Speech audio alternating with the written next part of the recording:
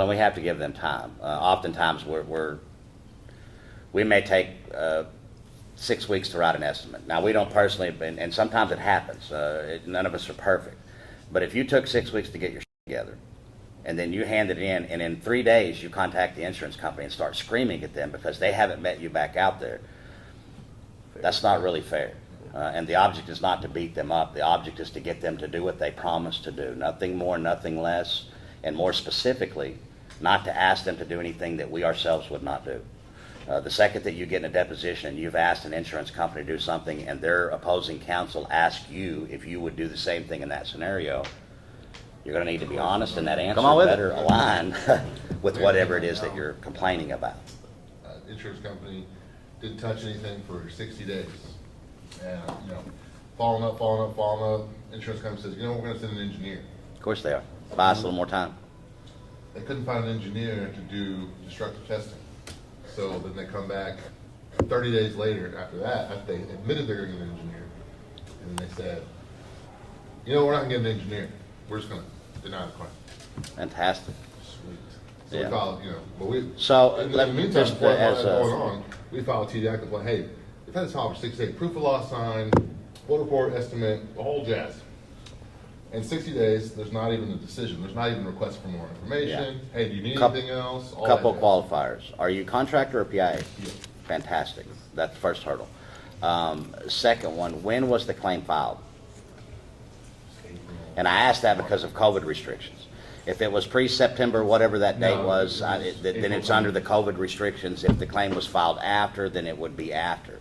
That original gave them a shit ton of more time. It at 100% at what we actually had here. Yeah. It was 15 days to acknowledge, plus 15 days, business days to investigate, plus 15 days, and then payment, 5 business days plus 15 days. Now, if there were surplus lines, then it would have went to the 20 days plus another 15 days. So they had an exorbitant amount of time that they really didn't deserve, and that may have been a factor. Do you remember when the claim was filed? It was like April or May of 2021. Okay, so it is under Probably going to be those under restrictions. where they had essentially 90 days to come in and make a claim determination. Well, the second that they put the onus on you, then they think in their brain that they've given themselves some more time, like saying the engineer. They think that saying the engineer allows them more time. It does not allow you more time. It doesn't change the statute. The statute's real clear on when you're supposed to perform. The next question is, have you filed any complaints? Oh yeah, I got a complaint back from the TDI actually 2 days ago. And what did TDI say? TDI said it's so funny. So the complaint had nothing to do with coverage. It Right. had nothing to do with the engineer. It just said, hey, we submitted a proof of loss on November 9th. It's January 12th, and we still don't have any forward progress on the claim. They've blown their statute of limitations or their 15-day investigation, all that jazz. It was just about the handling of the claim itself. TDI comes back and says, the complaint says, well, we're unable to help with coverage decisions, and the insurance company admits the delay of the claim, but if you want to, we can't help you, essentially is what they said, and you need to either They did help look you. at a civil action or file appraisal. Yeah, they But did help they you admit by liability saying, for delay of the claim. Yeah, they did. Yeah, And so- the TDI response, they Yeah. said they admitted liability, but they admitted the delay. now, you're insured. What type of insured do you have? Is this a commercial claim or No, it's a residential? residential TPO flat roof. And the insured, what is their temperature? Oh, they're ready to go. I mean, they're gonna. So you understand at this point that you've run the gamut of what your license will allow. Yeah. That's the unfortunate. That was the hardest thing for me to accept, is that I'm not Superman. In the beginning, I thought that the license made me Superman. Look, I have this fantastic, beautiful license. I can go do all of these things. And the reality is, I can only do what the law allows my license to do. And at this point, if you filed a POL, if you filed the proper complaints, what we normally find is that people don't file proper complaints. The complaints is something to the extent of, that guy had black hair and I don't like guys with black hair. He took a long time on the claim and then I haven't talked to him. That's not a valid complaint. That's your feelings and your opinions. If we're asking for coverage decisions, the Department of Insurance is never, and they shouldn't be involved in that coverage. That should be a civil process. But what they should be involved in, and with the second that they admitted that they were behind on the timelines, the Department of Insurance should have issued something to them. There should have been a hickey put against them that said that you're doing the thing. The fact that you have all of this in writing from the Department of Insurance means that you have an extraordinarily strong case. And unfortunately, where you're at now, the only place to do is to move forward with litigation. Do you have attorneys that handle the claims for you? So you want it to be a relay race, right? Where you're running your process, but once that process is complete, you come in strong and you finish, and you hand off the baton, so your attorney can take it and run with it. But the fact that TDI came in and said yes, that there was a delay of the claim, that's a strict liability law, and so it's going to be very easy for the attorney to prove, yes, they were in violation of the prompt payment timelines. That triggers attorney's fees, that triggers interest and payment. Now, they denied the claim, so you got to get coverage opened up. You got to prove that there is coverage. This was not fully denied, it's just partially denied. Okay, partial denial. Yeah. Who's the carrier? Home site. Okay. I would not be surprised if when the attorney files the pre-suit notice, they don't go ahead and tender some interest payment, acknowledging that they did penalize, they owe a penalty because they violated the prompt payment.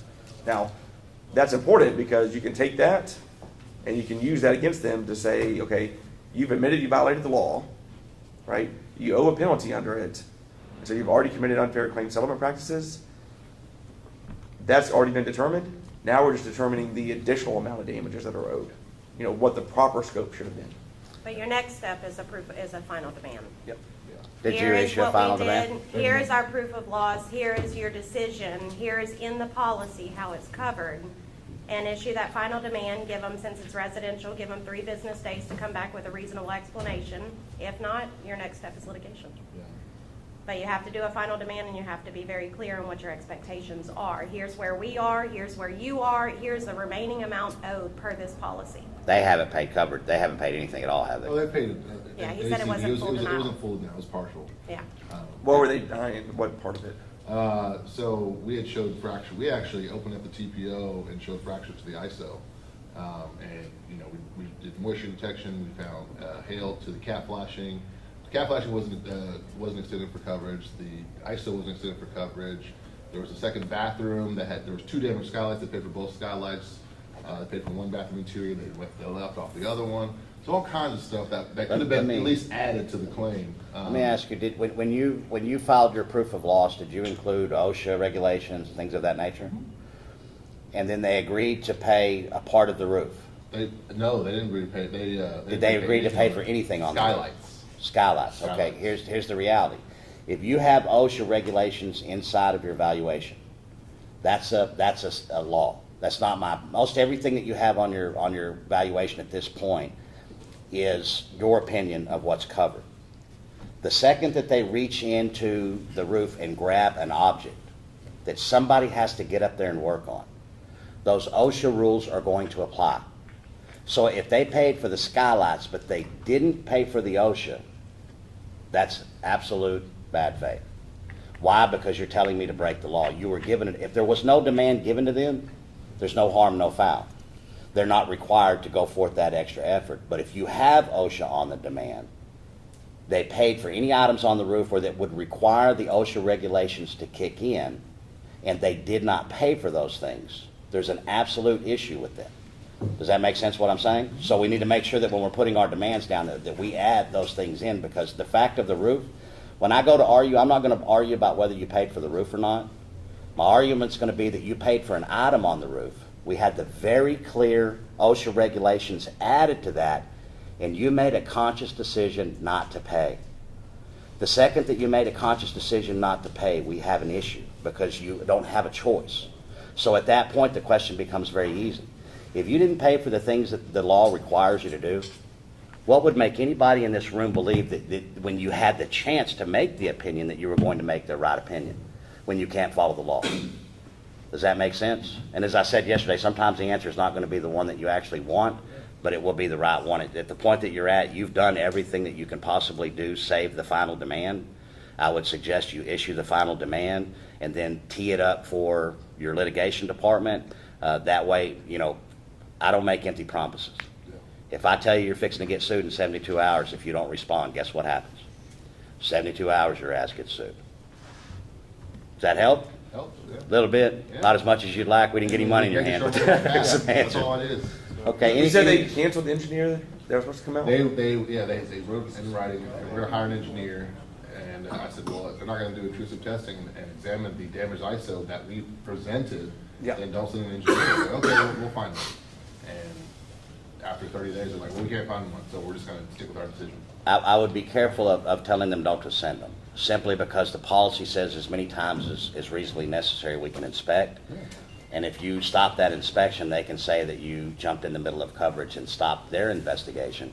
Whether it was reasonable or not, we'll never know that unless we get it in a courtroom. None of us can decide what is reasonable. We can have an opinion on what it is, but till it actually gets to that courtroom and somebody makes a decision inside of that, we hear all the time, that's bad faith, that's whatever. That all sounds wonderful and great, but that's never going to happen unless you actually get it in the courtroom. If something is illegal, like the ocean, it's absolutely illegal. But until you get somebody that can address that being illegal, which is only an attorney, nothing is ever going to occur. So we can hurl bad faith, we can hurl these accusations all along the way, but the fact that we don't have the ask to close the thing out is what is our biggest problem. But the faster that we realize that we have a finish, the faster that we do what we need to do, and is get that out of our hands, get it to the next level. When will you get paid on this claim? Not till it's done, huh? Yeah, not till it's done. Not till you make the steps and get the last parts of it. And many people get to where you're at right now, and they feel that they've hit a wall, and that claim sits there for 2 or 3 months. As it sits there for 2 or 3 months, if they owed $100,000, they're using that $100,000 the entire time that they're holding it, which is the intent of everything they're doing. Hold this money, hold this money, hold this money, and let's hedge against this other thing. You don't ever want to lose momentum on it, So if you're taking the analogy of the relay race, you want to finish strong so the attorney can take it and run with it to the next step. So It's going to you want be to a keep that good, momentum. 60 plus days before you're going to be able to get your experts out there as an attorney. So that's another 2-month delay, and you don't want any further delay. But oftentimes in your scenario where there's admitted problems, as soon as the attorney gets it and sends that 60-day pre-suit demand, money starts to flow. They begin to issue payments out. You may get multiple payments on that one deal, but the second the attorney gets involved, they know one thing: shit just got real. I touched Yeah, on we don't get to walk away from this one. I touched on this a little bit when we were in the PA panel. Guys talking about something taking a long time, 60, 90, 180, It should only take as long as it's allowed to take. And so if you feel like you've gotten to that point, just like he's saying, like final demand, sign more work, and it's just a process. Texas should be 45 to 60 days. Yeah. Depending on surplus. Well, and we have to give them time. Oftentimes we may take 6 weeks to write an estimate. Now, we don't personally, and sometimes it happens. None of us are perfect. But if you took 6 weeks to get your shit together, and then you hand it in, and in 3 days you contact the insurance company and start screaming at them because they haven't met you back out there, that's not really fair. And the object is not to beat them up. The object is to get them to do what they promised to do. Nothing more, nothing less. And more specifically, not to ask them to do anything that we ourselves would not do. The second that you get in a deposition and you've asked an insurance company to do something and their opposing counsel asks you if you would do the same thing in that scenario, you're going to need to be honest, and that answer better align with whatever it is that you're complaining about. Many of us don't catch that part. When it comes to how long to properly document the loss, one thing I always like to show is this is how long it took for the public adjuster to do it. Okay? And so the insurance company should have been able to do it within a similar time frame. It may not have been spot on, but if it took you 4 weeks to properly adjust it, they should have been able to do it within 4 weeks. Or less. They Or have all less. the resources that we don't. And that's a very powerful one to show that, like, we have claims that we got involved in that were a year old. They have these big, massive insurance companies and their large loss adjusters and all these people involved, and you can't get this claim closed out in over a year. Yet this little bitty PIA firm comes in without any of these resources that you have, and they absolutely annihilate you in 20, 25 days. That looks horrible to a jury. What do you mean? And especially when you can tie in that we kept the claim open for a year because we owed $100,000 and we were using that money somewhere else. That shouldn't be a very hard. One of the things I always touch over in boot camp is a scenario where probably everybody in this room is in the same boat that we are. None of us were given a silver spoon. We work our butts off, and we don't have unlimited supplies of money. If we don't have unlimited supplies of money, then how do we get our payments back from them in a timely fashion? And how do we move forward in an area where the insurance company is using every payment that they get against us to defend ourselves? So the example I use in the class is we have a truck payment the first of the month. The truck payment's $1,000. We know that when we send the truck payment out on January the 1st, that it doesn't actually leave my account till January the 14th. You do this every year, you do this every month, you know exactly when it comes and when it goes. If you send the payment out on January the 1st and on January the 2nd, your air conditioner breaks in the house, you don't have $1,000, you don't have the extra, it's $2,000 to replace, you have $1,000, but you don't have the extra $1,000. But do you? If the check doesn't clear, your ledger says one thing, but the bank account actually says something else. Knowing what's going on, you take the money from the truck payment, go ahead and pay the AC, knowing that you must get what? The $1,000 back in the bank before the 14th. It is exactly what the insurance companies are doing. They're not using the money that's on the ledger. They're using the money that's in the account. Think of endorsements on checks. How many of your clients are terrified about signing a check because they believe that it is a full and final settlement?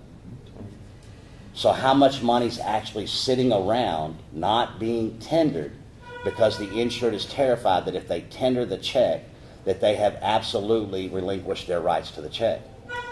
Do you know how simple it would be to put a statement on the back of that check that said one thing? Cashing this check does not relinquish your rights. How much of that would it resolve? A ton. Why is it not there? Why is this simple statement not on the back of every single endorsement that we have? Simple, the float money. The money that's on the ledger versus the money that's actually in the bank. So a lot of what you're saying and a lot of what you're battling has nothing to do with you or who you are. It's the accountants on the bank that says we need to keep this much cash flow right now. So it doesn't matter who you are or what was going on, you're simply caught up in that vortex of whether a payment was issued based upon what they needed and what they didn't need. Huh? Ask some more folks. Yeah. Yep. Questions? Any other questions? I have one. Yep. In Louisiana, I am right now dealing with, and I posted this in the group, they asked for a final release and they'll pay 30 more on a $200,000 claim where they've only paid 45. No. Should they not sign that? Should we go No. straight to an attorney? Now, once you sign a full and final release, that's it. Is that Well, it? but you should tell them, hey, go ahead and send that 30. Go ahead and get that 30 undisputed on the way. I Well, go told ahead and them get it. exactly that, and they said, no. It's you not have gonna to come. sign It's it. not gonna come. You have to do your final demand and move it to litigation because Louisiana is doing that on almost all of them. They don't let you Couple of them- negotiate in Louisiana at all. Couple of them, we've gotten desk adjusted 100% down, but your arguments are out. But you still need to make them. You still need to make the demand for the undisputed. You agreed you owed 30 more. We agreed that you owed 30 more. You need to send that now, and then, again, like this gentleman's situation, once litigation gets a hold of it, that should be one of the first things that occurs, is litigation should say, hey, you've already agreed. That doesn't mean it's going to actually happen, Partial settlement. but it should. A lot of times they'll go ahead and tender that payment. Partial They'll start settlement. trying to buy the goodwill back. Yeah. You're in trouble right now. So now they say, okay, wait a second. We are in trouble. Here's a little bit of money. Is this okay? No, it's not okay. And Go ahead make sure and you get and that, move on. that offer in writing too, because any attorney you're working with should exempt that from any fees if an offer's already been made on the table. So Carrier? get that in there, that way, that's easy money. And so the attorney shouldn't be charging anything on that if they've already offered to settle for X. Because Okay. it's, when we send in the pre-suit demand letter, that's often gonna be released as undisputed. Y'all hear It what becomes Shaun's undisputed saying? at that point, you know. Okay. And we heard somebody yesterday tell us that the attorney that they were using, I'm not gonna mention any names, but they said that they signed an agreement with the attorney, and there was X amount of money on the table already, and because that attorney signed, the insurance company, rightly so, issued that check out to the insured, the attorney, and the PIA that was involved in it. That attorney took the fees out of that first money. They can't do that. Be very aware of what's going on and don't let the insured, our job is to protect the insured. Shaun and I have a very fantastic relationship, but it's because he understands one thing. My job is to extract every single penny from the insurance company that I possibly can, and then if I can't get what they're completely owed, then I bring him in, but that means that he's not privy to that money that I already brought. Sure may need low-hanging fruit. We've already got that money. Cal does a good in. job of squeezing every ounce he can out of it before it comes to me. That's fine. That's our job. That's what you should be doing. We should do. That's We what you should should bring do. all of the money. What you're not going to find is an attorney that would encourage you to do so, unless that attorney has got good morals and a good strong standing, because they're losing money every time they incur. Well, don't do this. No, just bring the claim to me. Well, I'm not just bringing the claim. You have a duty to work the claim. I have a responsibility to work the claim to my fullest amount. But once that's done, understanding that I can't go further is the finish. I'm done at this point. What else can you do past that point? Nothing. Let it sit there and let the insurance company make money off the money that they owe. Yeah, we shouldn't be doing that. Question? I have another one. Bam! Got a participant. So, the carrier failed to investigate the claim terribly. They sent a crackhead to the house. I've told everybody this already, but the first adjuster was a literal crackhead. And, Doesn't surprise me. Yeah. yeah, and the second one didn't do too much better anyway. Loss is about $200,000. They paid 23, and they, after receiving my proof of loss, about a week or two later, they want to invoke appraisal without doing what they should have done to begin with. I tried calling them out on it. This is Louisiana. I don't know that I should have done that. Well, appraisal will never cure bad faith. And if you've done everything that you, and I know you're a graduate, I know you know exactly what you're supposed to be doing, you put the proof of loss in. Once you've done all that, why did you do that look? What was that look? I need to take boot camp again. Oh, no. We'll say what should happen. Yeah, once the PA has performed, or whoever the insured, but I've never seen an insured that could actually do it. If the PA has performed via the policy, the duties after a loss, once that performance is done, provided that it's done prior to them attempting to invoke appraisal, they're in trouble. Appraisal does not cure bad faith. Now, we're going to still end up in appraisal, but they're going to do it through litigation, and it's going to be very controlled, and there's a key element to that. If we look in the policy at the appraisal provision, it's one of the very few places in that entire policy that it puts a time limit, and it does it for a specific reason. The insured has to pay their appraiser. You have to name your appraiser within 20 days. Normally, if you have to name your appraiser, what does that mean? You gotta pay 'em. You had to pay that sucker. You had to issue a payment. When is the biggest problems that insurers have? The second that you ask them to spend $1 out of their pocket that doesn't have anything to do with the insurance claim, and there's no guarantee on what the outcome is going to be. So once the attorney gets it, the attorney should handle those costs, meaning that that insured won't be out of that money up front, and that money will be taxed as a cost of that claim, and changes everything. But once the appraisal, in that scenario, the appraisal really all it's doing is setting the amount of loss, so then we can add the multipliers. So once they set the loss amount is set, and then the multipliers will be set based upon what that loss value actually is. Does that make sense? Yeah, so good. Did everybody get that? If they don't choose their appraiser in 20 days, the insurance carrier can go to a judge and get a judge to honor one. One of their guys. You were at a Yeah. very limited time to get that insured to understand you need to go to litigation. Because Okay. if they expire that, they can go and get a judge's ruling and assign their appraiser, and they have to pay them no matter what. An attorney recommended that I ignore the carrier completely. No. Are they here in this conference?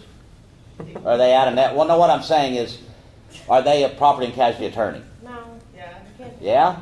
Yeah, well, I'll let Shaun answer that. Yeah. I Let me let the attorneys get that. mean, you always want to respond to any demand for appraisal.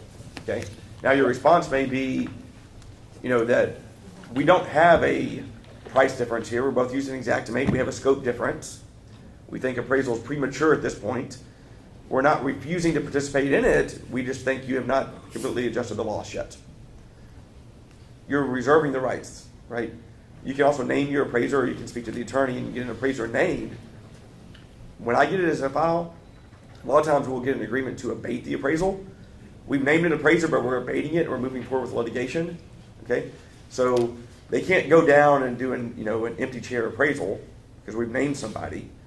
And then if we are going to go forward with the appraisal process, if they continue to insist upon it and want to have a hearing with the judge on it, it's at least being done under the auspice of the judge having control of who's getting appointed as the umpire. Because a lot of appraisal clauses make it where it's a race to the courthouse, where any judge in the state can go appoint. So, I had a case where recently they tried to have a judge in El Paso appoint an umpire on a case in Brownsville. Okay? Completely legal. Completely legal. Yeah. Right? So there's a lot of gamesmanship that goes on. So doing it under a kind of a dual track basis where it's in litigation and the appraisal is going forward gives you a lot more safeguards and protections and controls over the process.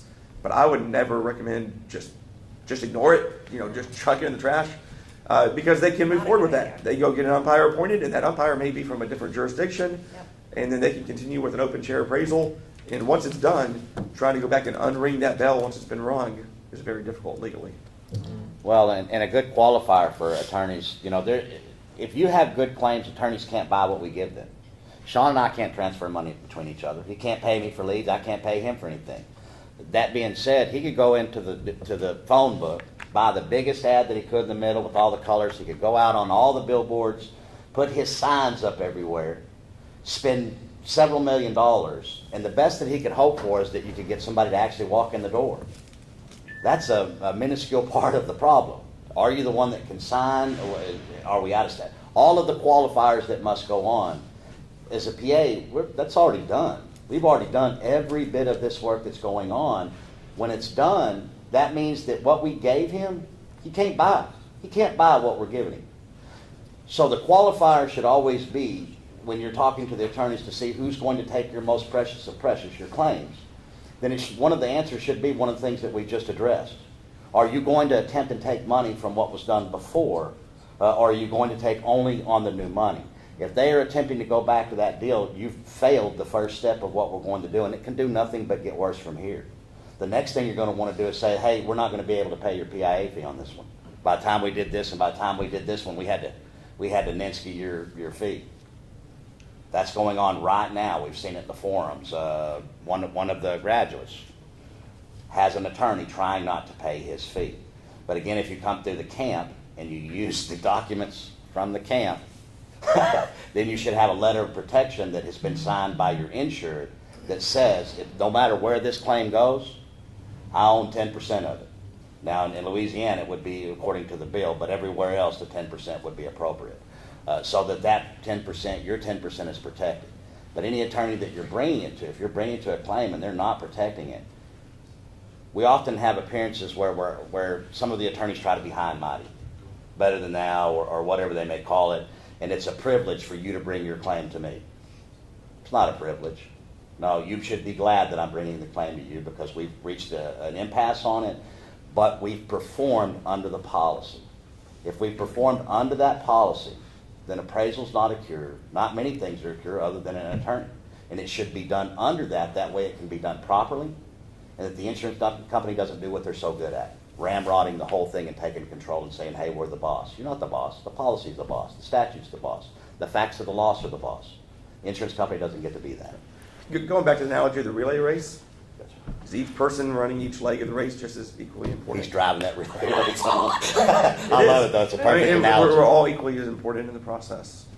And there's a time and place for each of Yep. us. The attorney's not in the beginning. The attorney's place is once we've performed underneath the policy. When that's done and the insurance company doesn't move forward, then we have no recourse. We're done. Our license says that anything past this, you're practicing law. And I, for one, I don't want to be in trouble for practicing law. So I know exactly when I need to stop. I stop right there, and then I go do whatever else I'm doing. We go work the other claims because there's no sense in going, we finished, we're complete. There's nothing else that we could do on this thing except for hold it, which would be dual purpose for them. They would be holding that money the entire time. And as things grow stale, everything grows stale. Our memories grow stale, the file grows stale, everything goes that way. Marcus, what'd you have? We've been seeing on the residential side a lot of carriers disputing our POL on the pure basis that our scope is different than theirs. Yeah. One in particular is Allstate. Imagine that. you- The people that owe the money have a different scope than the people that are owed the money. That's crazy. Right? My main question is for you, Cal, and for Shaun, is there anything that we need to verbalize in our response other than our POL meets the standards of the Homeowners Duties Act laws? Please show me the technical deficiency within the POL and I will correct it and return it. The price on anything is not there's no way that the price is the reason that you can deny a valid proof of loss. Saying that the scope is different equivalates to saying that you're charging more money, which again reverts back to that price. That is the only real reason that they can't deny. There has to be a technical deficiency. claim number was one number off. The date of loss was not correct. You had it under hail when it should have been under hurricane. Those types of things, but they're supposed to specifically point them out Yeah. and then let you. Now, understand I said supposed to. I imagine they're doing it for the sole purpose of getting away with the prompt pay deadline violation. Yeah, they don't want to be on the clock. It's dual And prong, so- yeah. They don't want to be on the clock, and so they're rejecting it. Now, your proof of loss is going to be valid for your amount all the way down to zero. So obviously, if their amount is lower than your amount, your proof of loss is still valid as to their amount. Let's say your proof of loss is 150, theirs is 75. You don't have to submit a revised proof of loss for 75,000. Your 150 includes that and any lesser included amounts underneath that. But like Cal said, ask them to point out any technical deficiencies. If they cannot point out a technical deficiency, wrong claim number, wrong peril, policy number being wrong, something of that nature, or it not being signed or having penalty or perjury language, absent a technical deficiency, them rejecting it is them just saying we don't agree with your number. It's not a rejection of the actual proof of loss. I actually have a second one. Go ahead. Yep. We are getting a lot of policies like with the freeze where we're past that typical 90 days where they can request a sworn proof of loss. Now, most of us in here know that there's a part of the verbiage that they intentionally leave out, which is upon request. They're holding their finger over. Yeah. Don't look at this part right here. So I know if they don't request it, that section of the policy isn't applicable, but Why wouldn't it be applicable? Them requesting is only them in a nice way saying, hey, if you don't do this, then I don't have to do anything. The policy is reactionary. The insured must perform first. If they perform first, then that's where all the bad faith comes in that we don't see today because we're doing that. Whether you request it or not, as a PIA, we should be putting a proof of loss on every single thing for multiple reasons, and I don't care whether you ask for it or not. and mine was more of, if we're getting a file well past the 90-day mark, which we are. Start because of over. the freeze. Yeah. We're having some people deny our POL because they say, well, you're past the 90 days. Well, it's easy for me to rebuttal when it says upon our request because you didn't request it. Well, get out to that argument, though. What's The that? argument is, did you get the proof of loss? Obviously, you did because you're responding to it. I'm done. Yeah. Whether you accept it or not is irrelevant. You have it, right? Yeah. Yes. So the insured's concerns have to be addressed as many times as reasonably necessary. So assign a field adjuster so we can address those. Okay. But the key of what we're looking at here is how much ass do you have to enforce that? None. That's the problem that we're running into. That's the biggest thing that they know against us. We can talk everything that we want to talk. We can put everything down in paper. But do we actually have the ability to enforce anything? The answer is no, which means that our documentation must be on point. Our claim process must be on point. And if it has to go to litigation, then we do it as quick as we possibly can and we keep moving forward, understanding I can't make the horse drink water. I can drag it over there, cart it to the water every time, make it fresh, do everything that I possibly can to make it good and just for that horse to drink, but I can never force the horse to drink. That's what we have to look at with insurance companies. I can't make anybody do anything. What I can do is I can follow the rules as I know them, put everything out there on the deal, and then give them the opportunity to perform under that contract as they promised. And this is crucial. When they fail, that is the ever elusive bad faith that we never see. We hear, everybody in this room has heard bad faith thrown around how many times? More than we can count. How many have you actually seen? How many verdicts can you point to and say this is a bad faith verdict? Less than a handful, and there's a reason behind that. If the insured is not performing prior to legal getting involved or appraisal, that bad faith is almost off the table unless we catch them on an outlier. Hendon versus State Farm is a very good one. They caught them in discovery with the name of the Jewish list. I don't want to catch them like that. I don't want to catch it, and it's good if we catch them like that because we need to stop that type of practice, absolutely. But what I want to catch them on is the process. We can't go down to the legislative body and tell them how bad they're acting if we can't get this documented, which is how we keep getting these horrible laws. When we go in front of the legislative session, every time that it happens, the insurance company shows up with this mound of information about how good they've done and how all this stuff is working, and there's only a few people that are having problems. Everybody in this room knows that's a crock of crap. Couldn't have a bigger crock of crap, but who is on our side producing the information that shows that it's different? Nobody yet. And that's what we need to do, is give actual factual data to them that is in accordance with that policy, then we can change what they're doing. I guess it just comes down to what you told me, Shaun, that, Yep. you know, regardless of the homeowner or what you're interpreting on their duties, it doesn't exclude them from performing theirs when you provide evidence in a POL. So that really rang home to me, and I just always Right. go back to that. And also, I mean, you know, one, they did not request it within the 91 days or 90 days, whatever the policy states. But under the prompt payment timelines, you haven't actually triggered anything under the prompt payment to put them on the clock until that proof of loss is submitted to them. So the policy is written where it says, upon our request, for a reason, because a lot of times they don't want to request it because they don't want to be put on the clock. Them requesting it is essentially them saying, hey, put me on the clock. And they don't want to be put on the clock. They So- just didn't put the big green button there so that you could see it. They removed the green button, the visual part of it, but the button's still there. They just tried to divert you away from it by thinking that you had an option when you don't. The clock doesn't start till that POL goes in. And on the 90 days being forward, I've never met an insured that could adequately read the policy and understand what was going on. That's why they hired me, the professional. And as the professional, I'm going to come back in and restart the claim. Now, PAs in here that have an issue with them talking about the 10% on the old money. We charge 10% on all of it, on the total claim, and we do it for a very specific reason. We don't come into the middle of the claim and start working the middle of the claim. No, we come into the claim and we go back to the very beginning and we start over. That's your ticket into that deal, is that you're starting over and you're performing under that policy as you're supposed to, because the insured didn't know how. Do you know any insureds that know how to do that? I've never met one, and I've met it. I'm an insured. Hell, up until a couple of years ago, I didn't understand it, and I've been a PA for a long time. So, you I know. also just had a file where the homeowner magically forgot that they got paid $50,000 prior to getting involved. Yeah. That's in that application process where you sign that contract. To verify those payments, so. Well, not only that, but your notice to the insurance company should state to them, especially if you're using the camp stuff, the camp says, send to me any documentation that you would have that would be pertinent to this claim. Yeah. If you send a $50,000 payment, if you send a dollar payment, you should have sent it to me. I should know right away. Yeah. I have a question. Go ahead. How are binding or contingencies with clients? How what? How binding or contingency documents? Our contract? Mm-hmm. How What, binding hold on, is what the are you? contract? What As is a your contractor or a PA, what? I'm sorry, as a contractor. None, No. none. The only two That- people can have a contingency fee, and I'll let Shaun have this. Yeah, I mean, if it's on a, you know, we will do the work based upon insurance proceeds or whatever you collect from the insurance company. Those legally are not very binding. Now, there's a lot of people that have those policies in place out there, or have those contracts in place.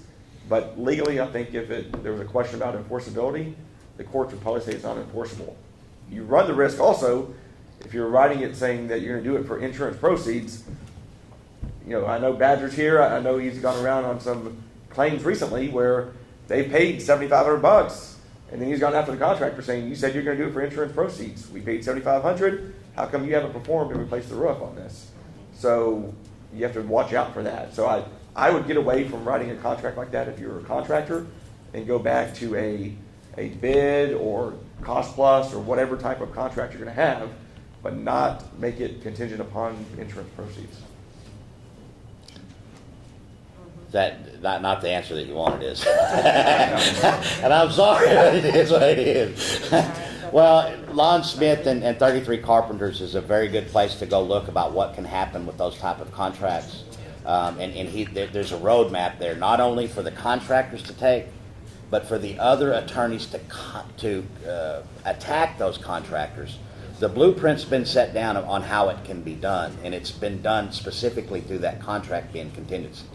That opened the door up to voiding the contract out, which then opened the door up to applying for class action status against Lon Smith and 33 Carpenters and being granted, meaning that they nullified all those contracts and that people are getting their money back. So you never want to be in a situation that you're in that. But what we have to look at is speeding is illegal, correct? Right. But as long as nobody's there to catch you, is it really? Yeah. So what that means is that your contract is good all the way up until it's not. And the worst time to figure out that your contract is no good is when you've got a whole bunch of money involved and your company hinges on whether or not that contract is legal. We never want to find out after the fact. So my suggestion would be straight up get you a really good property and casualty attorney and have them go over that contract and tell you what is legal and what is not, and pay them. Anytime that we get free advice from an attorney, it's worth exactly what we paid for it. Nothing. He's not going to put his law license up on some offhanded comment that he told you in a deal with 50 other people. No, you need to hire somebody, pay them for that specific reason, and then if there's the problem with the contract later on where it's found to be illegal or something on it, then you and that attorney can have a chat, and he can be a part into what is the damages on that. Correct? Yep. Yes. Absolutely. And there's a bunch of good ones here. There's a bunch of good property. There's some, like she said, not so good. If an attorney's telling you not to respond to the insurance company, that's a bad thing. You should That's a always- bad. Oh, Damn. We know it was. All We right. know better. I know that we're going to continue on. We'll answer questions until everybody's done. But I do know that they're having that, the debate with Badger and hoteling up there now. But we're gonna stay here till we got all the questions answered that are here. Any more questions? Go ahead. Yep. We missed the intro. Can you make the sales pitch? We don't have a sales pitch. If I have somebody that wants to get on as a PA, they pass the license, but don't know anything about anything, did I hear something about boot camp? Yeah, we own Public Adjuster Boot Camp. You can look on Facebook. You can catch us on the web. There is a ton of reviews. Steve Patrick, Tony Rugas were there last week. We've been in existence for about 3 years, and the reviews are very real. They're on the website. They can take them and look them. And we teach the entire process. We start with opening the claim, and we finish with closing the claim. It's a week-long program down in Galveston, Texas. Monday through Friday, 8 a.m. to 5 p.m. We do one a month. Nice. I got a few people that were looking for that. They were hoping I would find it. And we have a booth over at 903A and 903B. Nice, thanks. They have And we to didn't go. plant this guy. Where's the sales pitch? There's not one. We're just trying to give you some information. Okay, any other questions? I have a question. Go ahead. Okay, so insured just filed a claim 14 months later after Delta and had no idea that he can file a claim. This is what he thought. Insured, this is the first time he has a home and, owns a home. But he got the commissioner's bulletin and was like, oh hell, let me file a claim. Well, no, actually, his realtor girlfriend told him, yeah, you should probably file a claim. So 14 months after Delta, he files a claim. That's okay, right? Is that okay? Depends on what the policy Within the says. statute of limitations, yeah. Well- But they're gonna wanna probably do an EUO on why the delayed time. Well, so he explained this to the first person on the phone very clearly, that he waited all this time because he thought he would have to front the money on his deductible and he had no money and he was jobless. So he thought he wouldn't be able to file a claim. And he files it. They say, yeah, sure. They send an adjuster out there. He explains the same story to them. This is from Delta. This is from a long time ago. I just never filed a claim. The adjuster put the date of loss as Ida, which is obviously just a few months ago. Two wrongs never gonna make a right. Yep. When Yeah. he called it in, he said Delta, he explained Delta, and He the did IA say- did it. Yeah, he just said it was the hurricane before the last one, but it was something So like. you as a PA just need to demand that they change it to exactly what was reported, which is Delta. First, get the policy and see what the policy says about filing the claim. If they give 1 year to file from the date of loss, there's probably still something maybe that an attorney can do, but you're in a very, very bad situation. As It's a kind of PA. on thin ice. Yeah. So it's, some policies are gonna say you have to promptly or timely file the claim. Or even. give you Each within court's 1 gonna year. interpret that differently, but Yeah. 14 months, some courts are gonna say that's not prompt, that's not timely. But you're Um, Louisiana too. Yeah. But he does have some underlying issues that could help him, not understanding. That the policy at this point is written so comprehensively that no average person is going to understand what it says. And you probably wanna interview them to find out, Did what prompt did you. prompt you to file the claim? Did you know Sounds you like- had damage and you just thought it wasn't gonna be covered? Or did you discover damage? Maybe it wasn't a 14-month delay, maybe it was a 3-month delay from Do when he that. discovered he had damage to when he actually They reported discovered it. Yeah. Do the questionnaire, did you? No. Yeah. No, yeah, you better be back in the March class. I love you, Melissa, but I told you have Well- to do your questionnaire. Steve walked up and said, Steve Patrick said, first day we were here, come up, grabbed me by the arm and said, class was so good I have to come back.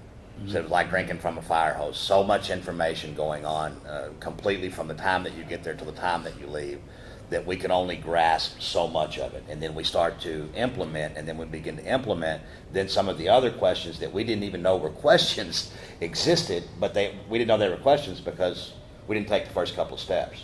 Once you take the first couple of steps, it will beget another set of steps, and then you go, okay, wait a second, this is a whole different set of problems. It is, and you're at that place right now. If they ask for an EUO, you do need to get an attorney to probably sit in, just not sign up with, but you can reach out to an attorney and get them to just sit in with them, but they don't need to do an EUO unrepresented, and you don't need to do that as a PA. Don't attend. Anytime you have them wanting an EUO, I suggest an attorney be involved. They're not doing an EUO because they're your friend. Yeah. They're doing it because they believe they have something, and they're going to try to get that insured feeling comfortable, asking them questions and leading them in a direction, and before you know it, they have answered a question that will absolutely annihilate any coverage that should have been done.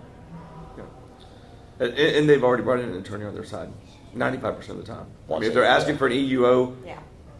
they've already anticipated litigation. Which means they're that already the attorney moving into that phase. So. Prep the questions. They may not necessarily be given the EUO, but they have a list of questions that attorney has looked over the claims file and has said, okay, these are the points that I need to know the answers on.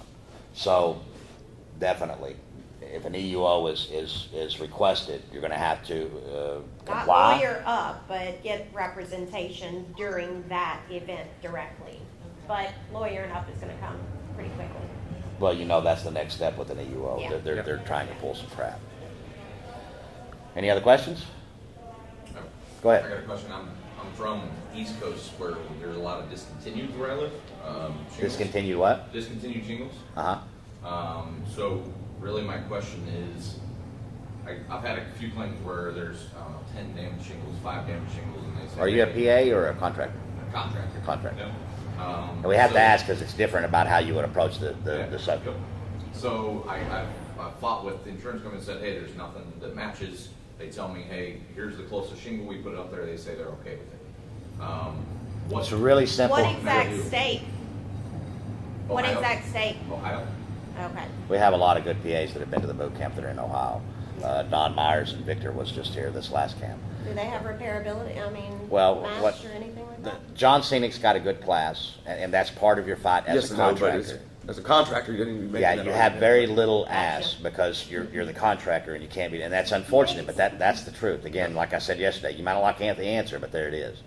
As a PIA, I wouldn't ask any of that. I wouldn't talk about disc code. I wouldn't talk about any of that stuff. I would ask one simple question. Do they have 2 different roof products up there now? No? Then indemnity would require that I put you back to pre-loss condition, which is what? One shingle, one type of shingle, one look. Now, words like matching, line of sight, those are horrible denial language that they are made and introduced into our industry specifically to give the insurance company a denial point. Get away from the denial points. Did they have 2 types of roofs on there before? Indemnity is pre-loss condition. If pre-loss condition was one roofing system with one type of roof on it, then at the end of the day, if I bought a policy of indemnity, which that's what that insurance policy is, then it's required to put me back to where I was before. But being a contractor, the ability that you have to argue those things is very limited because they've put some other controls in place that would say you're now, like I don't want to practice law, you don't want to practice public adjusting. And it is the exact same thing and the exact same problem. As a alpha, I don't like to hear I can't. Or let's phrase it better. I don't like to hear you can't being told to me. That pisses me off and it makes me want to do it 10 times more. But the reality of it is the quicker that we figure out who we are and where our lane is, the quicker we can address that problem and figure out the solution on the other end. And unfortunately for you, you're in a situation where you either need to become a PA or get you some really good PAs that you have on standby that are honorable, moral, and they have a process in place. If the PA doesn't have a process in place to open and close the claim, that's problematic for you, that's problematic for the insured, that's problematic for everybody except for one entity. The carrier who's holding that money that they owe the entire time and then investing that money to make a shit ton more. So getting a public adjuster. yeah, unfortunately, yeah. Immediately. Yeah. Okay. I will say, as a PA and a contractor, the best thing that I can get as a PA is get them to buy something. Get them to pay for as many shingles as you can. Yeah, they paid for 5 As shingles. long as you can get something paid for and makes the PA's job. They've extended coverage. is It what opened I'm it saying. They've opened up Yeah. coverage. And not only that, but I would suggest, I wouldn't suggest, I'm going to tell you, put the damn OSHA regulations in your valuation. When you're sending them an estimate, you should have those costs in there, and it shouldn't be a backdoor thing. It should be upfront. All of your costs that are reasonable and necessary, no matter if you're a contractor or a PA, should be upfront. Whatever you're going to want the insurance company or whoever it is that's paying to do, that cost should be put up there. And when it is, as he's saying, once they reach out and grab that 5 shingles, you had the OSHA regulations on yours and they didn't pay them. That is a huge, huge problem. Okay. But it makes it really easy for guys like him to walk in and go, come here. You didn't do the legally required options. We don't even have to ask you if the ones that you had an option on, whether you did or not. We already know what you did. We already know what you did when the law was requiring you to do it. As a contractor too, you can utilize HOA limitations. If an HOA requires that they don't have more than one type of shingle on the roof, you can pull that as well as a contractor. And the HOA is a really good deal for you because there's no UPA. There's no HOA on Yeah. this. He was saying they're Oh, well, you're going to run into them where they are. HOA, I can go to them as well. Yes. Yeah. Well, let me Yeah. rephrase that. And a lot of it depends on your policy. If some of the policies have restrictions upon what they will do within HOA and what they won't do. So, again, it's not as a PA, that would be something that they don't like to give the policies out. They give the policies out, you mess around, find out all this shit that they've told you all these years wasn't covered is absolutely covered. So they try not to put those policies out. But the boot camp is beneficial to everybody.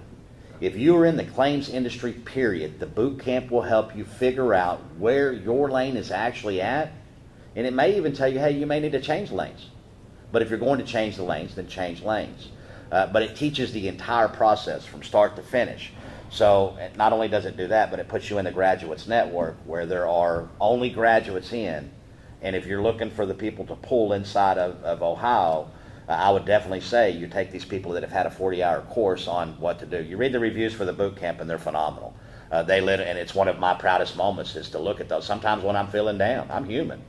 When I'm feeling down and feeling, I'm looking at shit and it looks like everybody's kicking the shit out of us, I'll go back and read those reviews because they're so positive. And there's 50-plus reviews there of what people feel about what they went to the school. Marcus, you're a graduate. You Twice. think they should attend? 2-time graduate. I mean, I'll put it to you this way, he's absolutely right. I'll be back to the class again. There's so much to absorb in such a few amount of days.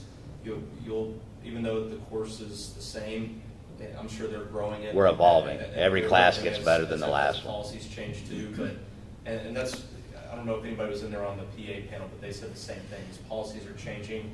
They're not stuck in the mud. The carriers, they're coming up with responses every single day. If you don't think they're having meetings like this on how to beat us, you're really naive about. Yeah, this is a very small meeting compared to what they got going on. If you're looking for a good PA, the very first thing that they need to do is demand the claim file as well as that certified policy. Without the certified policy, they won't be able to see everything that they'll be able to go for you. Okay. And then get everything to the insured, so when you come in and start opening the roof up and start doing all that, you have enough money and you don't have to wait on draw after draw after draw based off of proceeds. Okay. And are you signing contingency fee contracts over there? Am I what? Are you signing contingency fee contracts over there? No. Good. I put numbers on it. Yeah, good. Good. Every time. And it should. You should make a demand. And that demand, and how we'll look at it is if I came to your house and got up on your roof and come back down and said, hey, I'll do that roof for $50,000. Show me where, show me, would you What are pay you the gonna guy do for that? $50,000 without knowing exactly where it was going? And that's what I meant by not expecting anything from them Right. that you wouldn't expect from yourself. If you can satisfy me on a payment, then that's a good deal. If you come to me with $50,000, I'm going to tell you, get the hell away from me.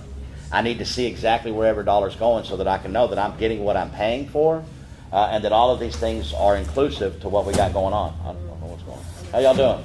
Good. We're not bothering y'all, are you? Oh, no. Then we just need to set it up for a CE training class here They're in doing like CE 1 to 5. Okay. 1 to 5? Yeah. 1 to 5 CE Okay. training class. Perfect. Who's doing the training?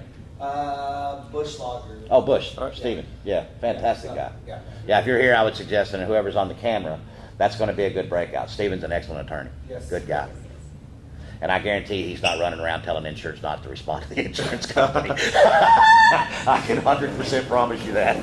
We'll talk. I want to find out some more about that. Yeah. So, Yeah, I'd always fun. Just, just let him go. Just ignore them for a little, it's okay. No, you always, I It's gonna told be you, fine. it's Everything's literally gonna be like fine. hot Oh, shit, it's not potato. fine. They give you something, you affect it, you get it right back to them. Done. don't leave anything out there No, unchecked. You got to no. check everything. All your boxes. Well, they're really Even good about more than sending they you on didn't a ask for. goose chase. Hey, go Give them down to the the city and answers. get me with that in writing that they enforce the code. Yeah. When I put it on my demand, I already told you they enforce the code. And if you want to verify that, then take your happy ass down there and go verify it. But I've already done my job. You don't get to run me around. The second part of that is if I require you to do something, the policy is really clear. I get to hang out until you get it done. But if it was never supposed to have been done in the first place, or you deflect it, right, like, for instance, show up out on the site with the adjuster, and the adjuster says, hey, we'll go ahead and take care of this claim as long as you pull the overhead and profit off of your valuation. What they've done is they've got you to remove a valid line item, and then they've also held what they owe until you respond, until you actually give them that valuation with it put on. Doesn't mean it's right. It means that they extended their deadlines by requesting a document from you that could have been done right then and there. We always tell them point blank, don't wait on me. Yeah, we write it down and we send them in writing. You go ahead and move forward independently of what you're doing, and then we'll get this to you. But this doesn't let you stop the claim. Bringing the engineer out, bringing the building consultant, that's another good thing about Barber Technologies versus State Farm. The whole meat of that thing was that they were saying that all of these things, all of these outliers extend the timeline. And then the Supreme Court come back and said, no, it doesn't. None of those things. If you're going to get an engineer and your timeline is 15 business days to investigate, you better find you a damn engineer that can get out there, get the report written, and be back within the 15 business days, because they knew about those engineers.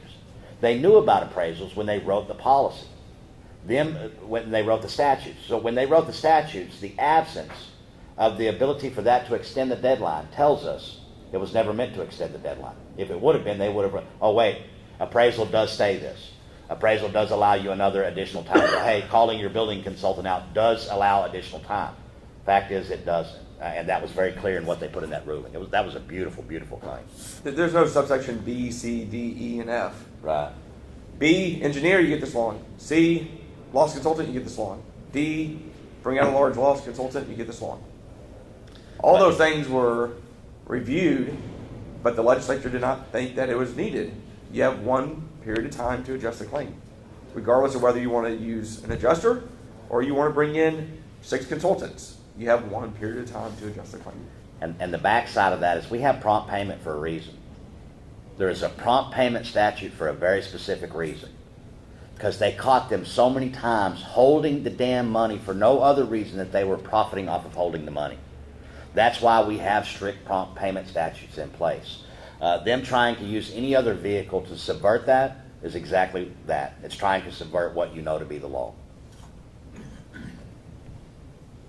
You didn't like that, Betty? Come on back here. Yeah. Hell yeah. Any other questions since you're here? What? So regarding the contingency, so. That's a hot topic, isn't it? If you tie like a dollar to a contingency charge, does that make it enforceable? It's no longer a Nobody- contingency. Nobody can get paid contingency on an insurance claim unless they're a licensed individual. No, licensed public adjuster or attorney. Well, that's what Yeah. I meant. Yeah. Public adjuster. The problem is you're committing yourself and you're putting it out there that you're going to do it for insurance proceeds. You don't know what those proceeds are. So you're committing to a scope of work to be performed, and you don't know how much you're going to get compensated for that. So the insurance companies and their defense counsel have proactively started going out and saying, fine, we are going to hold the contractors accountable to the agreement they entered into. So they can legally enforce the contract because they can file suit and they can force you, compel you to do the work for the insurance proceeds. So there is enforceability to the agreement, right? I'm just saying you don't need to do it because it's not a good business practice. It commits you to do work that you don't know how much you're going to get paid. right? It makes it where you're completely beholden to the insurance company on what they are going to pay. Let's say they're going to pay $7,500 on this one claim, and they're going to pay $50,000 on another claim. If you're committed to do the same scope of work on both of those claims, you're not going to be in business very long, because one of them obviously you're going to take a massive hit on. And so, it's not about whether it's enforceable or not. At least on the other side, where they're going in and trying to enforce it and hold you accountable to the agreement you signed, there is enforceability there. I'm just saying it's not a good business practice. I don't think you need to write it that way. And it also calls into questions about the unauthorized practice of public adjusting, because if you're writing it for insurance proceeds, the way you're bidding it out and what you're doing calls into question about whether or not you're practicing as a public adjuster also, on how you developed your contract and how you developed your damages. Understanding is key. The whole system is set up on a control module. The system that you're fighting right now so hard that made you go to the contingency fee contract is the system that they set in place. One that would put you where you never knew what was going on. In what business, in what place in our life do we go sign a contract with somebody that's open-ended? Did we have no idea what the terms are, what it's going to be? And I'm not talking just about a consumer, I'm talking about a business person. I want to know my costs, and I want to know my margins, and I want to know that if I go in there, I'm going to make money on it. I'm not doing this for practice anymore. All the practice is out of the way, and I should be earning. So not knowing, that's a horrible thing. If the carrier, as a contractor, you make the demand, in reality, you'll never bill the insurance company. Now, they may try to make it like you will, but once the insurance company issues payment, whose money is that? It's the insurer's. So as a contractor, the contractor should be more geared towards the insured, not towards the insurance company, simply because you have no ass with the insurance company. If the insured decided at any point in time that I don't want to do the roof, I'm just going to take that money and move away, do you have any recourse in that thing? That's what happened. Yeah, and it's their money, and they can't, because you are signing a contract. The contract is really not, you're going to have a lot of hard times with the contingency fee part of it, but nobody knows what that end number. And what Shaun is trying to get across is that they may take that number that you provided, or the insurance proceeds, that you will do it for that, give you a very small, giving you enough rope, that you grab a hold of that rope, put it around your own neck, cinch it up, and then kick the deal out from under you, because they're going to come back and say, no, we paid $7,500, and we have guys that will do this for $7,500, so your price now is $7,500. Go ahead. Wording and language really matters. Let me give you an example on the legal side. So there's a lot of attorneys that issue what's called letter of protections, right? If you're doing like personal injury claims on a letter of protection, we will guarantee payment for the medical services provided as long as we prevail, or as long as there's a recovery in the case. Okay? So if you write that, that's essentially a contingency fee agreement, right? If there's a recovery in the case, we will protect and guarantee the medical bills, right? So there's several attorneys that have really gotten caught because they went out, they had thousands of individuals go get all this medical testing done. The case ended up getting settled, and each claimant got like $100. Okay? It's part of a class action suit. But then you had medical providers saying, you guaranteed $10 million worth of medical services that we rendered to all these people, all these patients, on the MRI testing and all the diagnostic testing that was done. And your agreement says as long as you prevail. Well, you did prevail. Okay, you didn't prevail to the extent you thought you were going to prevail to. Yes. But you got $100. You prevailed. You were the winner in that. You didn't lose. But understand, Same this thing was a boy. Same thing on the insurance proceeds. Those proceeds may be $1,500. But if those were proceeds, okay, then you're triggered. You're on the hook for that now. You won. You won. You won. Yeah. Not so much. Yeah. Yes, Sam.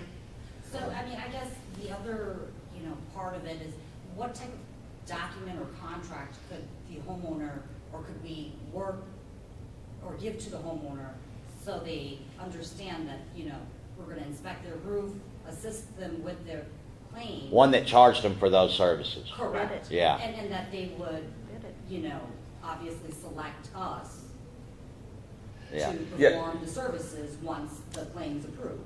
Steve Patrick, one of the breakout sessions yesterday, he was talking and he said, in the construction and contractor industry, need to get away from saying we're going to get you a free roof. Okay, you need to go back to, essentially it's the argument that we'll do it for insurance proceeds. You need to go back to, here's the scope of work that we're going to perform, here's our bid, here's our price on that scope of work. And then sell your services and the product on why they need it and why the insured needs to purchase it, instead of, attaching it to the insurance claim. The fact they may have insurance, they may get reimbursed for some of those expenses, or maybe all those expenses is separate and apart from what you should be doing, which is, here's the work and scope I'm going to perform, here's the price for my services. When we were at GC, it was all about the integrity and knowledge, just them hearing the knowledge as GCs, that we weren't just a fly by the seat of our pants people that were gonna take a down payment and leave. So you pretty much need to go back to bidding. Don't let your company sell itself, and Yeah. most people are using exactness to a certain level. So in the end of the deal, it should be about, if somebody said that they can do this cheaper, and it's like us with the insurance company as a PIA. Once we put the demand in, we've already agreed to exactment.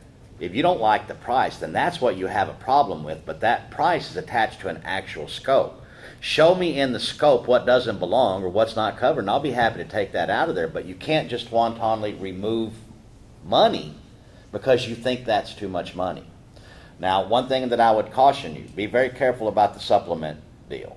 And what we see shit ton of time is a get you in the door price. The contractor, roofer, builder knows that insurance proceeds are on the back end of it, so I give you a bid for X amount of dollars, knowing that the second that I get on that roof, I'm going to do what?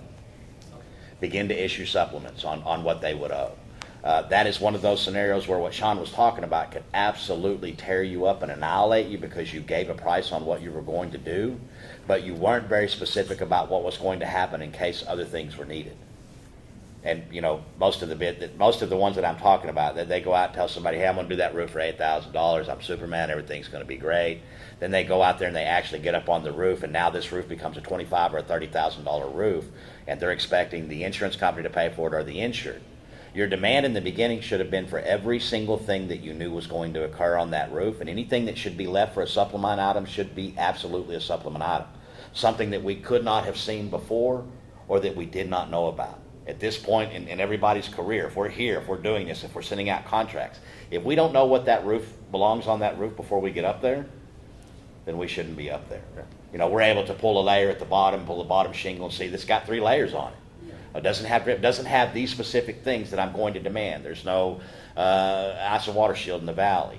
All of those things are things that are going to be up there and things that we should see in the beginning, which gives you the ability that when you're talking to a customer, not an insured, but a customer, and that customer says, well, JoJo said they'd do it for X amount. That's when that exactment becomes crucial. Please show me what part they're not going to do. You can't get to this scope of work without including these things. We've included each price on these things, so show me what this person that's going to do it cheaper for, how they got that. Deductible eating. If we look at deductible eating, most deductible eating is not deductible eating at all. We didn't do some of this shit on here.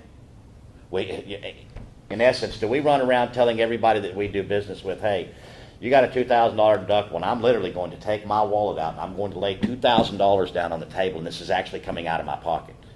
That's a horrible business model. And the margins aren't that big. So in order to get that deductible eating out of there, they're going to have to remove items that were legitimately there. Bad deal, but what makes it even worse is that you send in a invoice for the RCV amount. And if they paid those things, and if it's on that list, then they paid them. If you billed for them and you didn't actually do that, what is that called? Fraud. Yeah. And Badger's looking for stuff like that. The attorneys on that side are specifically geared towards things of that nature, and they're looking for them. Cal and I have had cases where we told the insured, I don't think you need to submit for replacement cost value on this. Looking at the scope of repairs that were done, okay, it's not what was in the scope that was originally paid for. Yeah, you completed the repairs, but you didn't replace the brick. You didn't replace the beam that you said you're going to replace.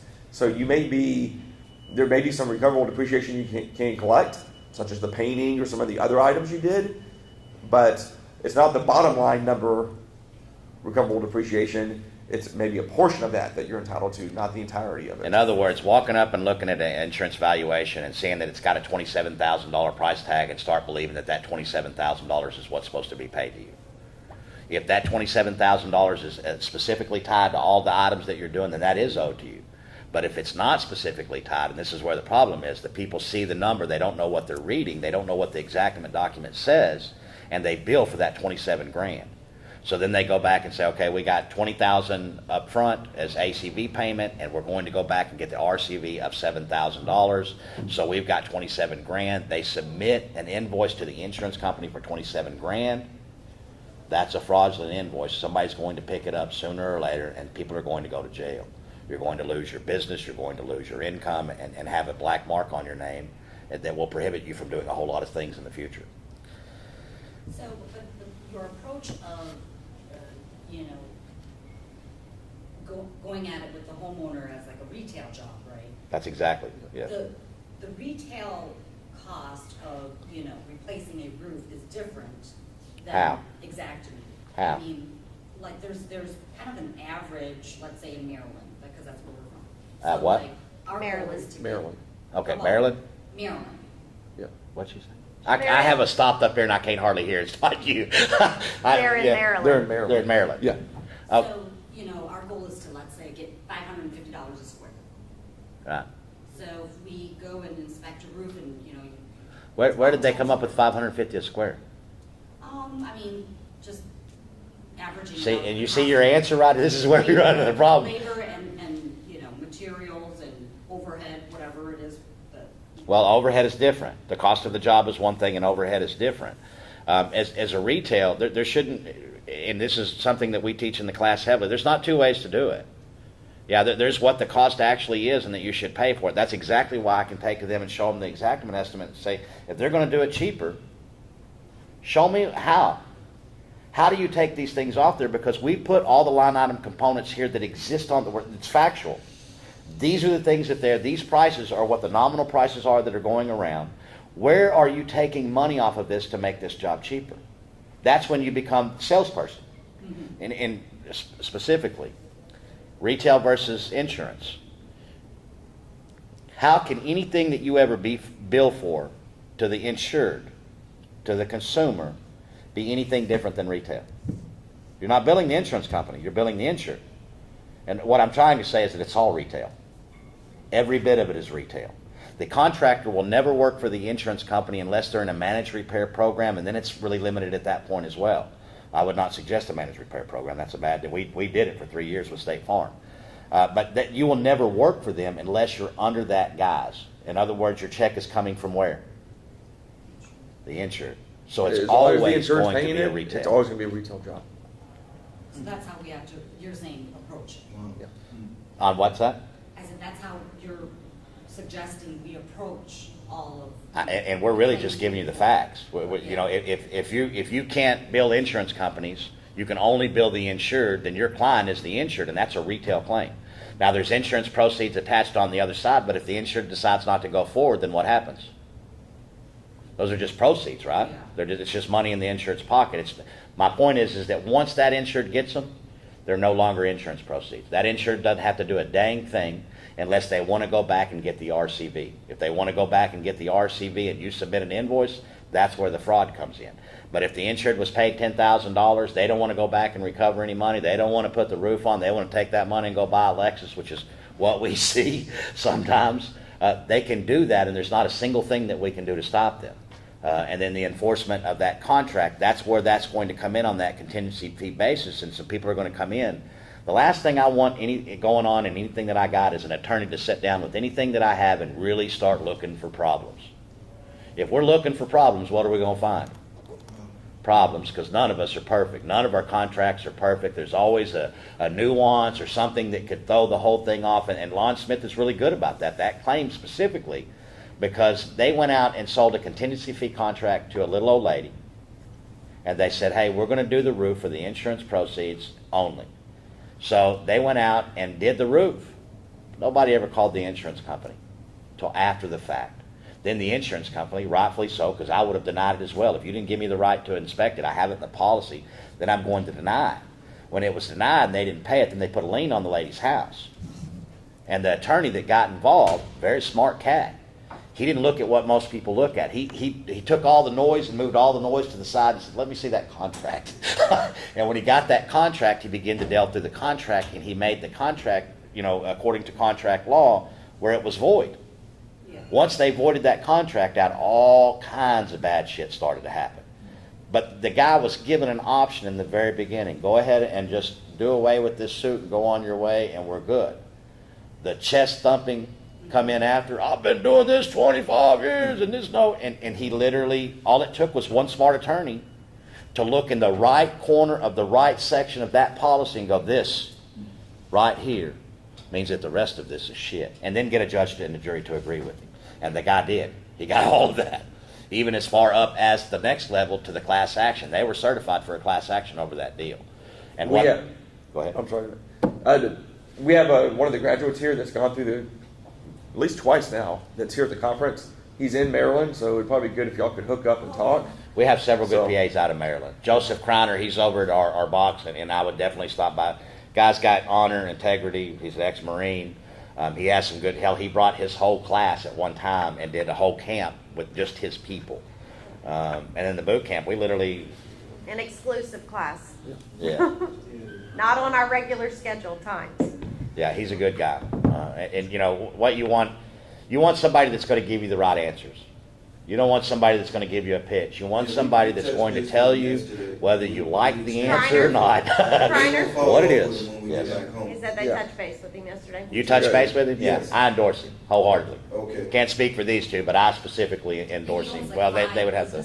Yes. Yeah. Yeah. Yeah. Contracting, all of it, yeah. Yeah, he was very straightforward and Yeah.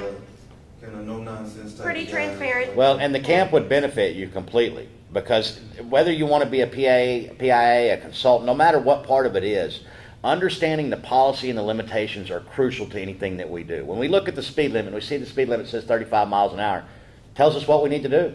Keep your ass under 35 miles an hour. Without seeing that speed limit, we don't know what it is and we don't know where we're supposed to be at. So once we understand what the parameters are of what we're supposed to be doing, it makes it real easy to get in between the lines and stay where we're supposed to stay at. And get that insured some knowledge to protect themselves. And a lot of people that come take the class are contractors.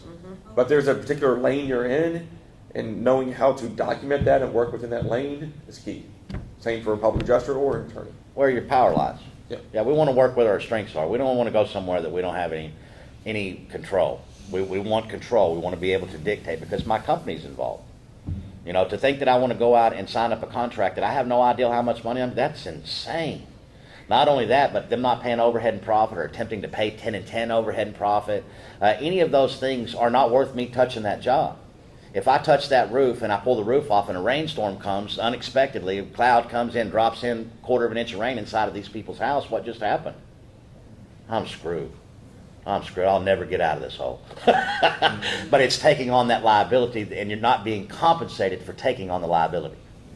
I have a question. I know Chicago's one of the states, but do you guys know if you can be a PA and a contractor in Maryland? I think that you can, but there's a caveat in that always. It's like having a 2,200 page tax document for a tax code.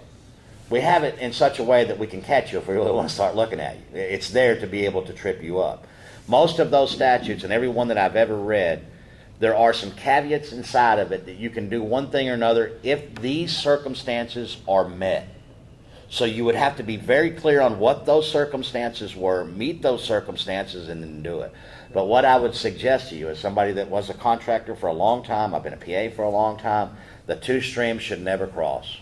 You should pick one of those things and do that thing extraordinarily well. You ever heard the old adage, if you got 1 foot in yesterday and 1 foot in tomorrow, what are you doing about today? If you have your resources split up between two different things, then at best you're giving one of them 50% and the other one 50%, but we all know better than that. One day I give 75% to this one and 80% to this one, and the thing fluctuates. What happens if you get diligent and you concentrate on one thing? You get really good at it, huh? Yeah, you take out all the noise. That's what I mean by taking out all the noise. I take out all this other stuff, and I get one dimensional, and I concentrate on this one thing. If you're a jack of all trades, you're expert in none. So you got to pick a lane. You're working down. Now, yeah, you can divide it, but if you're going to do it, there needs to be clear division between the entities, and it needs to be, so there's no sharing of information, no sharing of assets, No feeding. no feeding one another. So it can be structured, and I can talk to you about how to do that, but it's better to pick a lane and stay in it. Because it's always, even if you do it 100% correct, Can be questioned. it's still gonna be questioned. And that Lon Smith attorney's gonna find your ass Yeah. and find out where the question is broke and then fix it. Okay. Yes, sir. Yeah. Okay, so my next question is, we do a lot of insurance claims. Obviously State Farm is the biggest one. We have a lot of times where there's step flashing, apron flashing that aren't on the estimates. Sometimes it's, thousands of dollars. And Oftentimes, yeah. sometimes they pay it, sometimes they don't. Because they're like, oh, it wasn't direct physical loss to the storm. How do I get that paid for when I'm removing it whenever? As a contractor, I would get about 5 of those in my deal where I could easily grab a hold of them. And then when I talk to them about the flat, it should be in the initial valuation that you send to them. Whatever they're sending over the first time, it should be in there.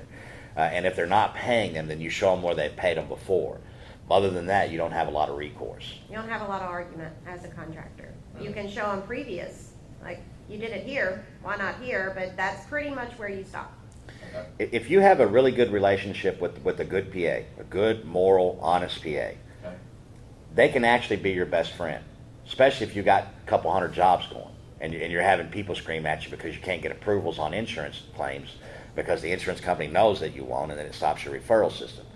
If you get a good PA in between you and the insurance company, you have a buffer that you're not being hated on because you're not performing.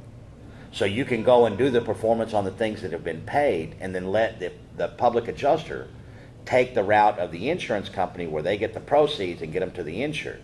There's only one problem with that. The insured may decide not to go with you. The PA shouldn't, he doesn't have any control. We have a ton of contractors that refer us. Some of them I've never met in my life, I've never talked to. Some of them send 30, 40 claims over, and I've never even met them. That's the way the relationship should be.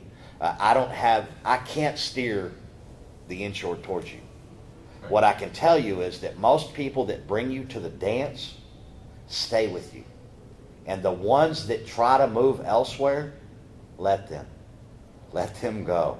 Those are the people that you're going to have so much problems with in the contract. You'll be fighting for the insurance company, then the money comes, you'll be fighting with them. These people will show themselves in that type of scenario. So if you brought them to the party and they decide to go somewhere else, grain of salt and let it go. So I would say 95% of the time I'm doing a supplement to them after the job is done. Are they legitimate supplements of stuff that you missed, or is it stuff that you were backdooring? It's always flashing, because when I take it off, I mean, there was a job the other day, it was 2 layers, I mean, all the apron flashing, along the whole. See, flashings are peculiar, and they're a good thing because it's really simple. Look at any of the manufacturers' products on their installation deal. None of them say that this product is reusable. Flashings are a single-use product. They were only meant to be used one time, and if it's replaced, then they're supposed to go back, and most of the packaging says that. So that packaging would be you need a little package that you hand in. That's why I say get 5 of the ones where you've had them pay at before, and have everything in this little package where it's not a big deal for you to send this package over to them and tell them why. And if they don't pay them, then you're going to need to bring, if you don't have a PA involved, you're going to need to bring in legal representation. Do we have anybody in Ohio? In Ohio that I use? Yeah, we do. PAs and Ohio, I don't know about an attorney, but yeah. He says I have we one have, there yeah. that we can. Yeah, we have local counsel there as well. Or Shaun does. We don't. Shaun does. Yeah, we We'll don't. probably do about 400 claims this year, so. Yeah. Yeah, I appreciate it. Yeah. If I Any could other get their questions? names, that'd be great. Yeah. No? Probably should come to the camp. And while we're not trying to push the Where's camp's in Galveston. Galveston. It's a week long, Okay. Monday through Friday. But it literally will resolve the majority of what you've got going on as to where things go, what happens, and when they should happen. Okay. But it also, and this is key, especially for the contractors that take the course, you get put into another forum that's only graduates. It's only people that understand what it is that you understand that's in there, which means if I'm going to work with any of these people, I want to try to go to the people that I know what's going on first. Yeah. We're at this conference, and we understand that a bunch of the people at this conference have no clue what's going on. and they're some of the loudest voices, Okay. right? So, Well, it teaches you, Yeah. it tells you the knowledge of what to expect from your referring PA as well, and attorney. Yep. So no or it matter might say what. to you that, hey, we this business model that we've got now, we're doing 400 claims, and I'm only clearing X amount of dollars. And I have all this damn liability, and I have all these guys on the roofs, people shitting in the corners, and Home Depot buckets. Yeah, I was a contractor, heavy duty. We've seen all that crap. Hey, your guy's back here pissing over the fence. All of this liability and things that we have. The second that I moved over to becoming a PA, well, our first and our third client is PIAs. The first client took an ad out in the local paper praising us, telling everybody in the world that they should hire us. We didn't have anything to do with that. Cookies, did all The kinds third of one stuff. made us cookies. Yeah. We've put second floor additions on houses that didn't have a second floor.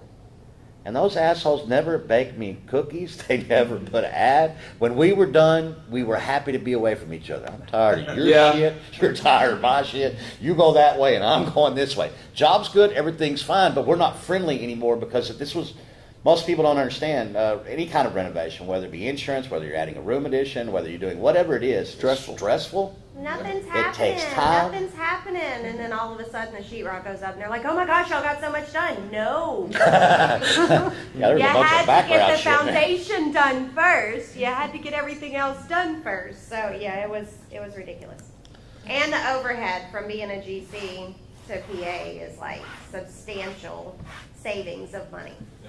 Well, you start to Yeah, learn, you know, all of there's a, you know, we were talking about Mike Rowe this morning, Shaun and I were, and his thought process on things, and this is a perfect, how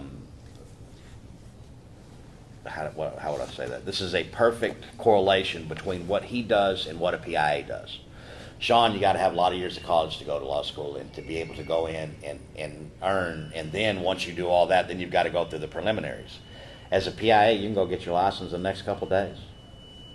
You can have it, and you can legitimately begin to charge 10% of the claim file without having any of that. What is your margins that you're making on these claims? Right now, Yeah, You your know. profit. The real, do you know? 40%. 40%. And you're adding all the cost in there and everything that you got. Everything. And the finance time that it took to get it from point A to point B and I the would- taxes. no, the time is not added in there, but. I mean, But the time is real. Yeah. You understand that we're not gonna wake up one day. Yeah.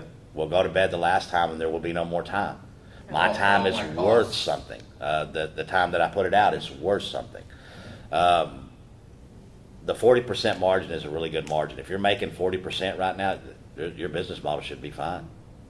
But I suspect, and this was me, I thought I was making a lot more money than I was until I actually got an accountant involved, and the accountant said, look, look here, you paid people some money to do some of these jobs, and you didn't make anywhere as much as you thought you did, but we didn't actually know till we broke it down and we put it out, and the tax person got a hold of it and said, okay, we've done away with all of the write-offs that we can do, we put all the cost out that we can do, and this is what you have left over.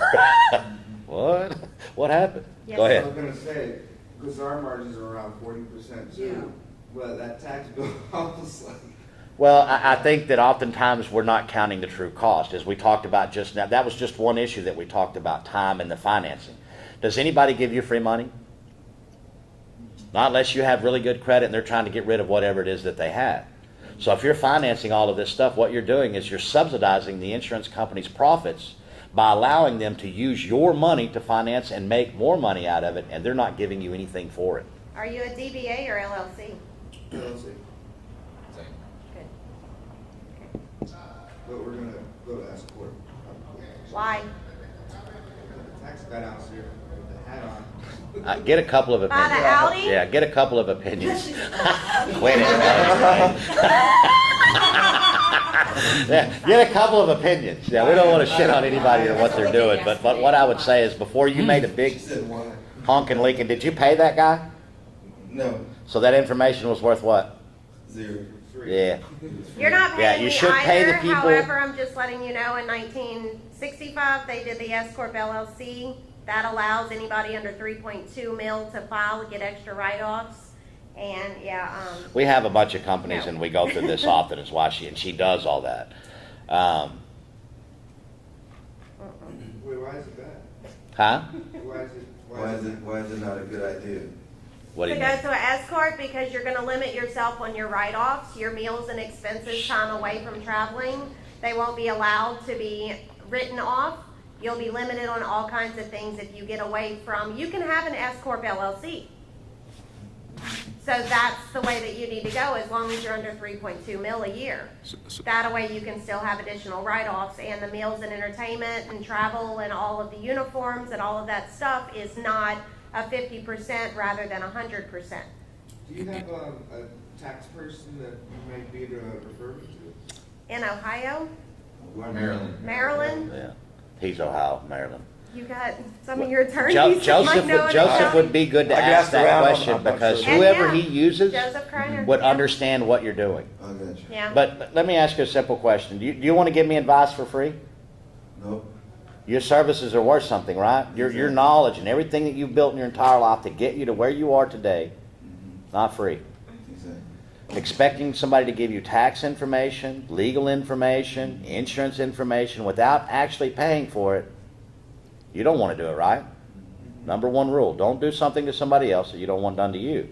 If you're going to want to use that information for your business or for any purpose, hire somebody, pay them, and then hold their damn feet to the fire if Yeah. something goes wrong. Yeah. That's why you hire, and what we're doing is we're removing the liability from you. You hired somebody that was licensed to do this thing in this way. If they mess that up, they should have an errors and omissions policy that covers them and covers you in the event that that costs you a bunch of money. But you won't get any of that unless you issue payment. Payment has to be tendered. They have to make a legal contract, offer an acceptance. There has to be some things going on. But once that's done, you should have a better peace of mind than at any other time because you've actually took it to the people that were supposed to do it and allowed them to do so. And then got the best options for you because, you know, your business model may be completely different and your accountant may look at it and say, hey, you know, the S-Corp is not good for you because of this one outlier. Yep. That's the main point that I'm trying to get across to them. Nobody will ever know until that person knows what your books look like and what you're trying to do with them. So anybody trying to give you information out of that is just some free information that they're telling you that you should maybe look at this direction. So just to clarify, Melanie, I know this is financial information, not financial advice. So, but you have No, three. you should always consult an accountant. So Good you have disclaimer from both of y'all. Yes. Yes. He was out of trouble. Got it. So we have three entities: LLC, S Corp, and LLC treated as S Corp. Your personal preference is LLC treated as S Corp. No, you have a C Corp, S Corp. You can, LLCs are just limited liability companies. You can do different incorporations and different elections. But S Corp LLC is what's there for 3 million or lower, and it gives you additional write-offs. But always consult with an accountant because I am not giving accounting advice. I'm just saying you need to definitely go to the accounting. Okay. So LLC treated as S Corp. Correct. Is my opinion that public Understood. adjusters should stick And with. the fishing that y'all are doing right now is excellent. Getting the answers, getting the information. You wouldn't know the right questions to ask this person unless you got some of this free information to kind of guide you in a position to go towards that, to where you're actually asking some questions that the person can answer. The And if main they thing can with answer those, then you accountants need to find another is you account. need to see if they know about the non-employee compensation or the how did y'all file 1099 miscellaneous or 1099 NECs? Or y'all employees. See that, you looking around? Yeah, Yeah, I love that. Yeah, Well, that's literally the first question I ask accountants because Well. last year the NEC got incorporated, and if I'm asking them what an NEC is, and they're like, what's that? Go somewhere else, literally. Like, Well, we they're see the not Facebook. up to date on That's their another good legislation. question. We see Facebook memes that say, NEC, non-employee compensation. And that's that versus a 1099 miscellaneous. you know, we see the Facebook post that says, you know, if my friend is an accountant, I'm hiring my friend. If my friend is a real estate person, I'm hiring my friend. That's garbage. That's absolute 100% garbage. If it's my friend's first year in taxes, I'm not hiring your ass. No. Yeah, I need somebody who knows exactly what's going on. And I don't want somebody to be nice to me and try to tell me what I want to hear. I want you to be, you know, as aggressive as you need to be to get me to understand what it is that you're trying to say to me. And make sure they have CPA behind their name, because a lot of accountants out there are not CPAs. Are there like industry-specific CPAs? That's why I said speak with Joseph. Whoever Joseph uses as an accountant Understands. will understand the business model that you're working under, or at least have a workable knowledge of it that they can move it around. Okay. And I'm going to give an example. Her and two accountants with her had a hard time getting me to understand that we shouldn't put certain things inside of the books. And certain things I mean by Very difficult. jobs that we didn't get paid on. Yes. I kept saying, we lost money, we should be able to write that money off. And they kept telling me, no, you got to show the income first, Cal, before you can write it off. If you show that this come out, you're actually hurting yourself. Yeah. And I would dead set, turn purple, veins start throbbing. Bullshit, we lost money on that job. We went out, we worked on it, we put the stuff on it. Has to be cash in, cash out. Yes. Cash in has to come first. But I'm then so the cash stubborn. out. It took two of them and her steadily drilling it in my head that this, that's not right. No. Not according. It sounds good, and we understand that you lost it, but according to the tax code, this is the way that it has to be done. And if you show that income, then you're You're going to gonna have to pay pay taxes on it. taxes. That's what where you they got didn't me. get. I'm going to have to pay what? So- More money for shit I didn't Then get? he Hell no, that's understood. dumb. Then he understood. Yeah. Thank you, guys. Yes. Thank you. Yes. No more questions? What's the name of y'all's company so we can kind of keep an eye out and see how things go? I love you to say. I refuse it. iRoof USA. Mm-hmm. Good name. Thank you. Y'all have trucks downstairs? Vehicles, wrap vehicles or something? I could have swore I saw that name We don't somewhere. downstairs, though. Huh? We don't have any downstairs. We flew up. Oh, good. Yeah. Do you wrap That's a your long vehicle? damn way. Yeah, our vehicles are. Best wrapped. advertiser. Yeah. Okay. So when are we going to see y'all in class? Actually, I'm gonna definitely take a look at it. And Public Adjuster Boot Camp is our Facebook page. Go to that Facebook page, and the reviews are there. They are the review, and the reason I keep harping on them, they're so damn good that we have people come to the class and go, you know, I checked the reviews out, and I started contacting these people because the reviews were so damn good. I want to know how much you were paying them. Then when I contacted the people said, that's not even, I couldn't get everything that I learned down in the review. There's more. So that's how good they are, but that is the process is taught. Here we're giving, you know, we can't give you a whole course in 45 minutes or an hour, 2 hours. I think we've been 2 now. But what we can do when you get to the boot camp is structured. Yeah, we're not talking about opinions. We're not doing any of that stuff. We start in the morning. Shaun takes from 8 o'clock in the morning till 10 o'clock in the morning. He goes over the legal process. You have questions, ask him. He's one of the best legal minds in the country. Melanie takes administrative and pretty much every business aspect of it from 10 a.m. to 12. Y'all go to lunch, y'all come back, and then I take from 1 to 5, and we go over actual policy and application. And we have the construction background. We did a third of Keesler Air Force Base in one fell swoop as a builder. You know, I don't know if you know what that means. That's 200 plus deals in one thing in a federal facility. We were a big contractor. We built a lot, did a whole bunch of stuff, and we're very successful at that until I realized my liability, that 40% margin that you're making, could be 8 completely up on one claim that went south. And they got an attorney in and they come in and then cost you all those charges. How many days is the boot camp? 5 days. Monday through Friday. It's a 40-hour week. Yes. Monday through Friday, 8 a.m. till 5-ish, We normally go over. every day. Okay. Yeah, we're not watching the clock to get out of there. If you by 5 o'clock, we still need to move on. We've stayed in there till 7 and 8 o'clock at night. Except for Fridays. Mm-hmm. I end with me, and I normally let out about 2 o'clock at the latest. That way, if you have to do a Friday flight, y'all can catch a flight. We've learned that Fridays, getting back, the way that the airports run, I would suggest that if you come, you fly in through Houston Hobby. It's a smaller Lot closer. airport. It's Not much easier to navigate, to get around, and it's closer to us. Bush International is a monster. It's nasty, ugly, horrible, And huge. it's an hour and a half away. I don't want no part of it. Houston Hobby Yeah. is 32 miles away. Okay. So And the fly in island's the small. Hobby. Island's really small. Yeah. And it's a tourist island, so it's not hard to find accommodations. Everything is there to make it as easy as it possibly can. And then we'll have a conference there in May. We have our own conference, Policyholder Preservation Association of America or PPA of America, easier. We do a conference May 18th to the 20th annually. This will be our second one. And it has about the same caliber of reviews as the boot camp does. This is good. We need Win the Storm. This is our third year at Win the Storm as vendors, our third year being here. We will be back again next year. It's very good for us.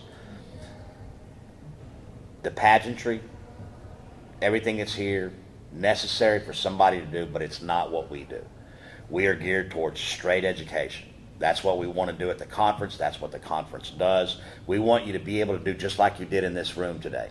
We want you to be able to walk in here, speak with the people that are here, get real answers, and walk out of here and do what?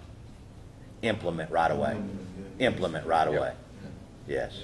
And we notice on the class, we're not educators. None of the three of us started out as educators, and I can't speak for Shaun, but I know Melanie and myself, if you would have told us 10 years ago, hey, you folks are going to be up teaching a whole classroom with 20 plus people once a month for an entire week, and you're really going to like it.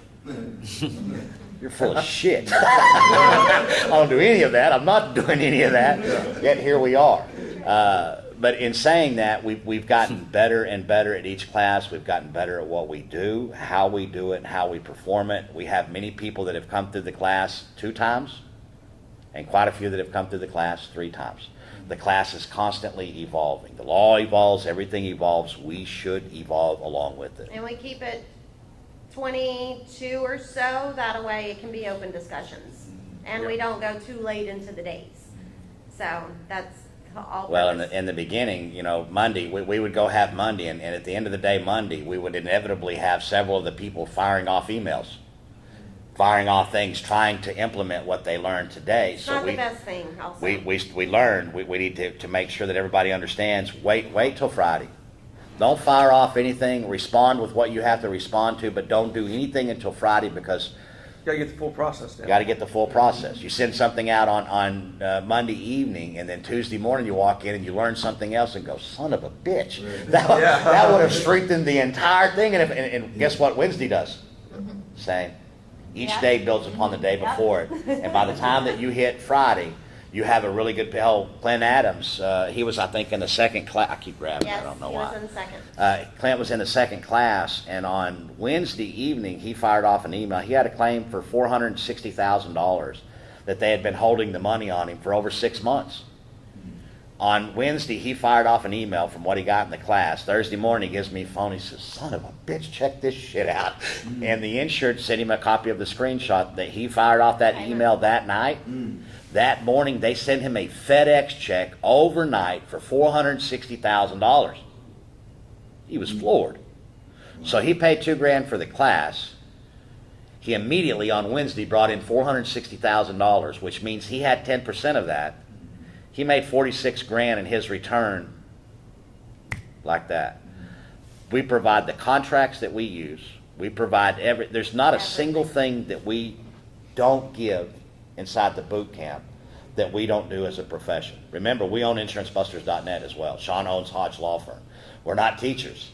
We're practitioners. We do this every day for a living, which means that the stuff that we're going to give inside of the camp is the exact same thing that we do. And in fact, the camp is in our office.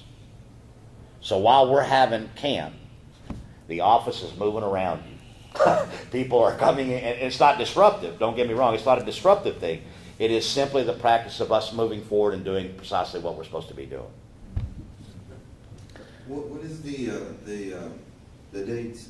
The conference, I would write down PPAofamerica.com. That's the website, and the dates are May 18th to the 20th. For the conference, and the boot camp's once a month. Oh, that's what I'm talking about. Oh, the boot camp's once a month. The next one's March 7th through the 11th. Okay. And it's posted up, if you go to every month, good. Yes. Yeah, and you can, Once a month, every month. mypabc.com is our website. You can go straight to it, and it had the next course that's up there will always be the first thing that you see. Yep, 7th through 11th of March. April I got one last question. April's the 18th through the 22nd. Okay. When is overhead and profit allowed to be paid? There's no allowance. It's due on every claim. Due on every claim. For it? It's not a cost of doing business. Insurance is how many trades? That's what they say. How many trades is insurance? One. How many trades are the attorneys who defend them in these shitty ass suits? One. Do both of them regularly and customarily bill for that overhead and profit that they're denying you? Probably. Absolutely. Look at demo and RFG. Okay. They're switching the removal to demo. The same guys that require anybody to be on that roof to have what kind of insurance? Workman's comp. The guy that are demanding that you have it are refusing to pay for what they demand. That's how shitty this thing has gotten. And that's how open they are about doing what they're doing. You demand overhead and profit on everything that you bill for as an insurance company, and that all of your costs, think about the attorneys. When the attorney bill comes in, copying, 30 cents. We did this over here. You know, every cost is absolutely detailed down to what it is. Carrier's the same way. They're billing if you have flood is run by the federal government, but it's actually administered by a third-party administrative deal, which is a carrier. Normally a carrier. Do you think when that carrier sends that bill to the flood deal that they don't have their overhead and profit in that? What is the difference with you? Should be on every single claim, and do not remove it for any reason, and it shouldn't be at 10 and 10. What I would suggest you do is when you get home, you have a local bank that you do business with, Yes. and you have a commercial account there. Yes. Yeah, I would go in there and talk to your banker. And I would specifically talk to them in an area of, hey, I need a loan. Here's my business model. Here's what's going on. What do I need to make on each claim before you decide that I'm credit worthy? And mention 10 and 10 to them. It's like having a 400 credit score and going to try to buy a house. The first thing they're going to ask you is what your credit score is. If you didn't hit the 600-point barrier that they want, they're not even going to speak with you. If you tell them that when you do get paid, and let's look at it just common sense wise, I'm going to take this job, I'm going to take all the responsibility, I'm going to put everything on here and do everything that I can, and at the end of the day, if none of my people made a mistake, if I myself didn't make a mistake writing the valuation, all of this stuff had happened, the very best that I could hope to get would be what? 20%? Yeah, the reason that you need a loan is because you can't pay your bills off what you're making. You don't need a loan to expand. You don't need a loan to go do this other thing. You need a loan to make ends meet, which means what? You're not charging enough money. And I see that as being the biggest thing. And I hear the 40% often. I really do. And no disrespect to you whatsoever. But I found that every time that I started going down the rabbit hole trying to ask about specific things of whether they have been taken into the account, I almost every single time inevitably find a long litany of things that aren't being included. Then we start including those things. That 40% does what? Discount. And then we get down to that real absolute number and then ask the mortgage company, will you loan me money based on this model? And that answer will be the answer of why you need to charge overhead and profit on every single job. Again, we're not practicing. I'm not doing this to practice anymore. All my practicing shit's been done a long time ago. I'm going to work, and I should earn for that work that I have. And not only should I earn, but when I'm doing your work that's not paying overhead and profit, what am I not doing? The job over here that does pay overhead and profit. So I'm taking away from what I'm doing to get this stuff done. While that is a choice, it's not a very good one. We're in business and we need to take the claims. And if I tell this person I'm not going to take their work, are they going to refer me? No. Where's most of the work come from? Door knocking and referring? Yeah. So all of those things are controls that the insurance company's gotten really good at controlling. Yeah, wrest the control back from them. Take the control back and put it back where it belongs. Insurance companies shouldn't be telling you what you do with your company. Your demand should be solid. It should be the real number, and it should be there from the beginning. Nothing changed unless you opened up the damn decking and you look down there and the rafter is rotted. They'll tell you don't use rod, and I would agree with them to a certain extent, but would we be dealing with this rod if we hadn't have had the insurance claim? Do I have something to put the decking back to? Then they're going to cover those things, but that would be an actual supplement item, something that we couldn't have seen from the ground, or without destructive testing. So once we get to that destructive testing, which would be in your case the application, actually putting the roof on, there should be no thing that we're looking at that we didn't know down below. If we got up and we walked this roof, we know where the flashings go, we know where the chimney flashing is, we know where the L flashing is, we know all of your caps, we know we had to remove the solar, put the solar back.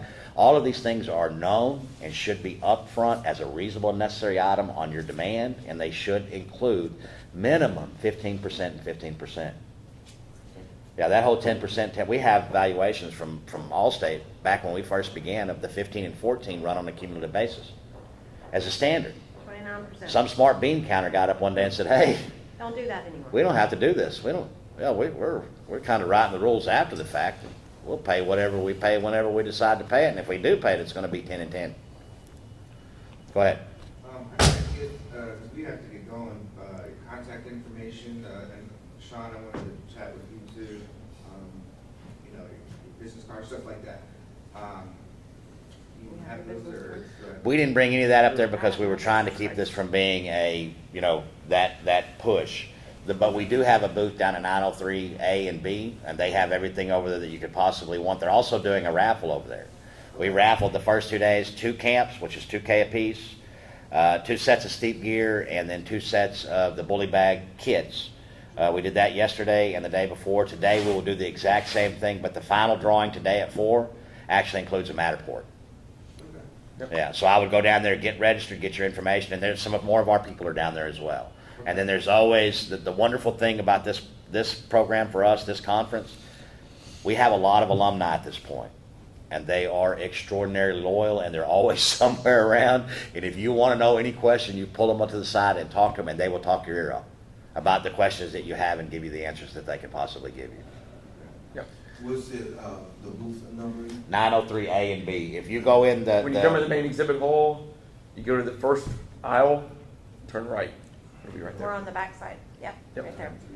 But more of like the legal advice again, Shaun, I Yep. wanted to talk to you, outside of this, when we go back to Maryland and stuff like that. Come grab him and Yeah. take him to the side, and he will absolutely, yeah. Okay, that Yeah. sounds good. It- Okay. We're family oriented, and that includes the camp. Once I spend 40 hours with you, they spend 40 hours with you, guess what we become? Family. Friends and family. Yeah. Yeah, we decide what's going on, and we get a good read, like Joseph. The reason that I can say what I'm saying about Joseph, I've spent almost 80 hours with Joseph in a very tight-knit scenario. We weren't at the bar with 27 people talking about crazy stuff. No, we were in a very direct, just like we are right now. We get to know you. We get to know who we want to do business with, who we don't want to do business with, who we can refer, who we can't refer. Simply because you came to the Graduates Network doesn't mean you're good. It means that you have the knowledge. Whether you use it or not is different. And that's where the recommendations, like being a PA, being an attorney. Yeah, anybody can come one. But if they were a piece of shit crook before they got that license, did that license change anything about who they were? Camp is absolutely no different. You're still a piece of shit. You just now have a certificate that says you had 40 hours worth of knowledge to help you be that. Okay, well, we'll be down by your. We'll see you. Thank you all. Thank you for your answers. Sir? Yep. I said thank you for the answers. Oh, absolutely. Absolutely. Appreciate it.